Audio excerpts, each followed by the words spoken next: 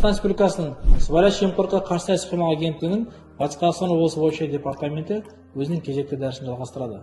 Біз алдыңғы дәрісімізде сыбайлас жемқорлық тәуекелдеріне ішкі талдаудың бірінші бөлігіне тоқталдық, яғни норматив құқықтық актілерде кездесуі мүмкін жемқорлық тәуекелдерін анықтау мәселесіне. Ал бүгінгі дәрісімізде ұйымдастыру басқару қызметінен туындайтын сыбайлас жемқорлық тәуекелдерін қалай анықталатыны жөнінде тоқталатын боламыз. Мысалға, біз бірінші кезекте персоналды басқарудан бастауымыз керек. Яғни, қаншалықты персоналды басқаруда жемқорлық тәуекелдері бар ма жоқ па, соның ішінде мүдделер қақтығысы бар ма жоқтығына, және кадр ауысушылығы қандай деңгейде. Өйткені кадр ауысушылығының жоғары болуы да жемқорлық тәуекелін алып келеді.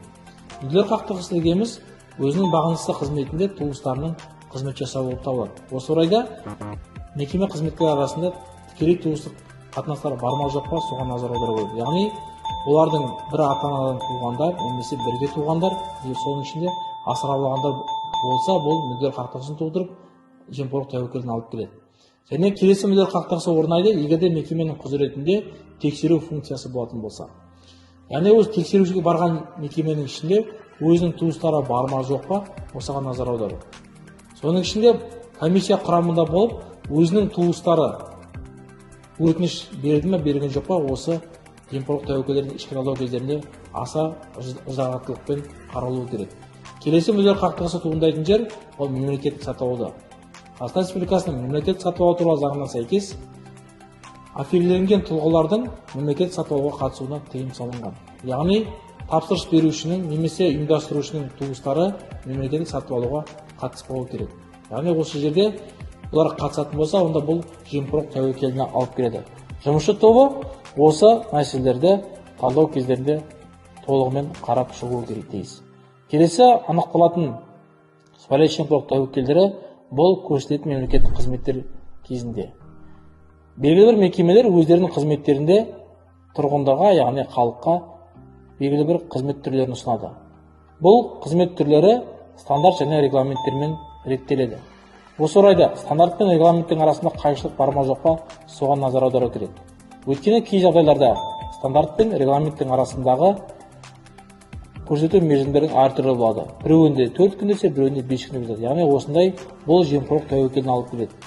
Және келесі бір мәселе, осы көрсететін мемлекеттік қызметтерін бас тарту үшін нақты қағидасы бекітілген бе, осыған назар аудару керек. Өйткені кей жағдайларда бас тарту тетігі көрсетілмеген болып қалады. Яғни бұл да жемқорлық тәуекеліне алып келеді.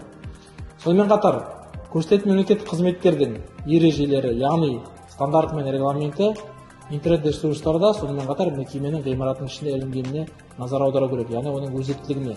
Кей жағдайларда мекеменің ішіндегі ереже ескі болады да, ал ол жаңадан қабылданған болуы мүмкін. Сол үшін сыбайлас жемқорлық тәуекелдеріне ішкі талдау жүргізу кезінде осы стандарт пен регламенттің өзектендірілгеніне назар аудару тиіс болып табылады. Сонымен қатар, көрсетілген құжаттардан басқа артық құжат сұрау мәселесі бар ма жоқ па, соған да назар аудару керек. Өйткені кей жағдайларда комиссия қарау үшін қызмет алушыдан белгілі бір құжаттардың көшірмелерін сұратуы мүмкін. Бұл, яғни қажетті болып табылатын жағдай болатын болса, онда оны стандарт пен регламентке қосу мәселесін жұмысшы тобы ұсыну керек. Және мейлінше көрсететін мемлекеттік қызметтерді электронды форматқа ауыстыру мәселесін қарау керек. Бұл электронды түрдегі форматқа ауысу жемқорлық тәуекелдерін жоюдағы ең бірінші және ең тиімді механизм болып табылады. Сонымен қатар, егерде мекемеңіз рұқсат беру және бақылау функцияларын жүзеге асыратын болса, осы жерде де жемқорлық тәуекелдері бар ма жоқ па, олардың ережелері қатаң сақтала ма, және қандай тәуекелдері бар, осыған назар аудару керек. Және ұйымдастыру басқару қызметінен туындайтын басқа да сұрақтар кезінде, мысалға сіздің мекемеңіз белгілі бір мемлекеттік бағдарламаны жүзеге асыруы мүмкін. Сол мемлекеттік бағдарлама жүзеге асыру кезінде қандай қиыншылықтар бар? Яғни бұл аяғы жемқорлық тәуекелді алып келе ме, алып келмей ме, осы мәселені түсінікті болу үшін атап өтейін. Мысалға, шаруа қожалықтары субсидия алу үшін қазіргі таңда оның барлығы электронды форматқа ауыстырылды. Алайда бұл ауылдық жерлердегі интернет жылдамдығының төмендігі бұл қызметті алуда белгілі бір қиындықтар туындатқызып, қызмет алушылар тікелей ауыл шаруашылық бөлімдеріне келіп қызмет алуда. Бұл да жемқорлық тәуекеліне алып келетін үлкен мәселе. Жұмысшы тобы сыбайлас жемқорлық тәуекелдеріне ішкі талдау аяқталғаннан кейін талдамалық жазбаны дайындап 3 жұмыс күнінің ішінде мекеме басшысына ұсынады. Мекеме басшысының тапсырмасына сәйкес анықталған жемқорлық тәуекелдерін жою бойынша 6 айға арналған жоспары бекітіледі. Мекеме басшысы осыған орай өзінің анықталған сыбайлас жемқорлық тәуекелдерін жою бойынша іс-шаралардың нақты орындалуын қатаң бақылауға алуы қажет. Құрметті әлеуметтік желі қолданушылары, сыбайлас жемқорлық тәуекелдеріне ішкі талдау жүргізуді әр мекеме жүргізсе, біздің департамент сыбайлас жемқорлық тәуекелдерін сыртқы талдау жүргізеді. Әрбір мекеме басшысының қызметінен туындайтын мәселе, яғни ол өзінің қызметіне адал болатын болса, сонымен қатар сыбайлас жемқорлық тәуекелдерін сыртқы талдау кезінде жүргізілген ұсыныстарды дер кезінде орындап және анықталған жемқорлық тәуекелдерін жою бойынша тиісті шешімдер қабылдайтын болса, онда ол мекемеде жемқорлыққа жол болмайды. Сондықтан мекеме басшылары өзіңіздің қызметіңізде тиісті дәрежеде қарап, жемқорлық тәуекелдерін жою бойынша шаралар қабылдауыңыз міндетті болып табылады.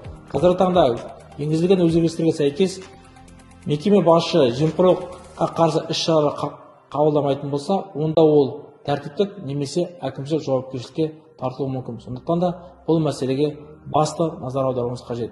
Құрметті әлеуметтік желі қолданушылары, егер де сіз өзіңіздің қызметтеріңізде жемқорлық тәуекелдері жөнінде ұсыныстарыңыз болатын болса, онда біздің төменде көрсетілген электронды почтамыз anticorruption@zko@mail.ru почтасына жолдаңыздар. Не болмаса, осы жазбаның астында комментарий ретінде қалдырыңыздар.